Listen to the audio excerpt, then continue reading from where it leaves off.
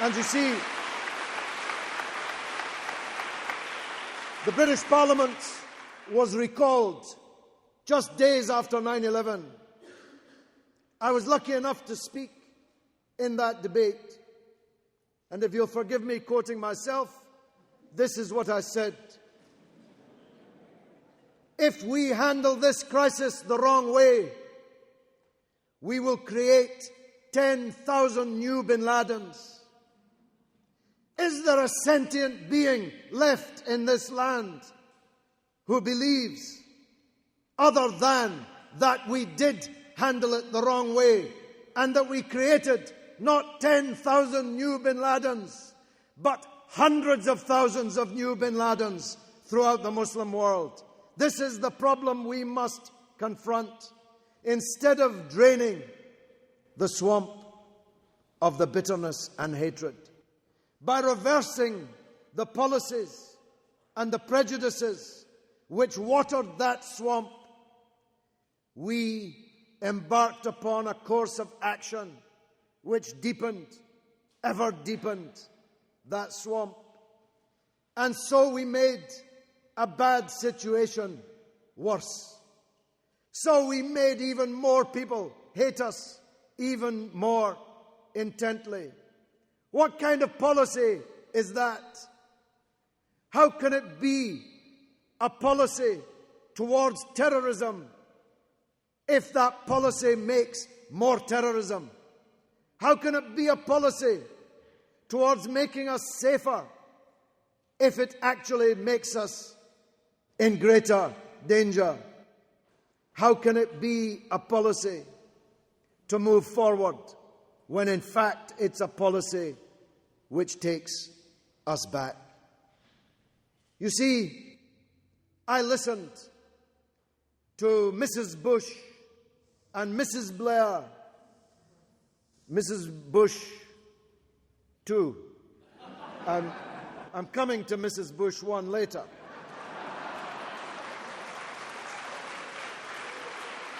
I listened to them in a synchronized radio broadcast in which they invited us on the first anniversary of 9/11 to remember those heartbreaking messages of love and farewell left from their mobile phones by those American women on those aeroplanes, on the answering machines of their loved ones. They asked us never to forget those heartbreaking messages, as if we could.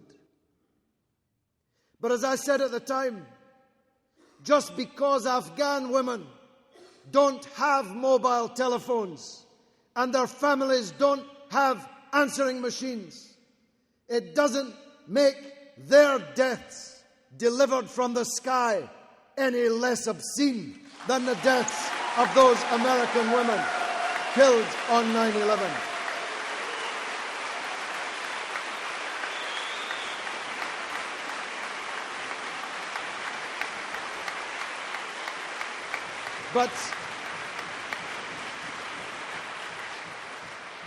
But when I said it, as I looked around the Parliament at the powerful people to whom I was saying it, I knew that for them, that apparently self-evident truth was not a truth at all. You see, we have to face up to this. For the rich and powerful people who rule our countries and our world, the blood of some people is more valuable than the blood of other people. The blood of Americans and British and Israeli and Western people, for them, is worth more than the blood of poor, black, Muslim people from other parts of the world. Nobody counted the dead in Afghanistan. Nobody's holding a minute's silence for the dead people in Fallujah. Nobody's raising money at charity concerts for the massacred in Jenin, in Palestine. They don't count the same. This is an undeniable truth which may yet be ungrasped by many, maybe most of our own people, but was long ago grasped by the people of the poor world, and most precisely by the people of the Muslim world.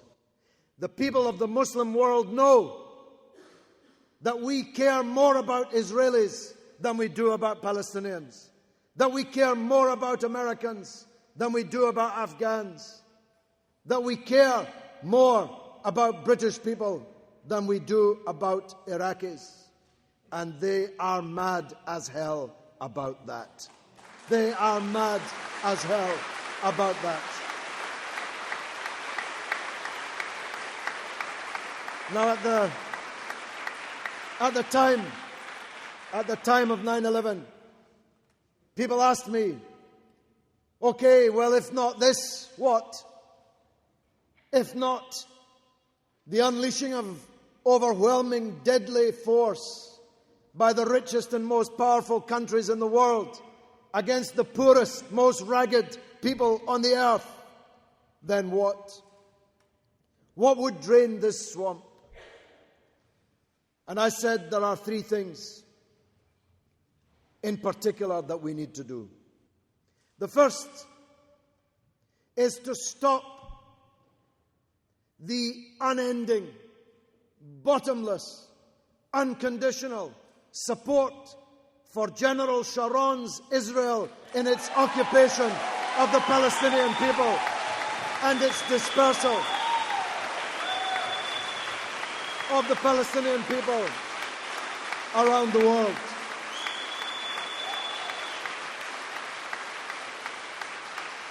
This is a key question, and in the United States you have to grasp this, and even some people in the anti-war movement have not yet grasped it. This Palestine question is the flaw at the heart of the West's attitude to the East, of the non-Muslim world's attitude towards the Muslim world.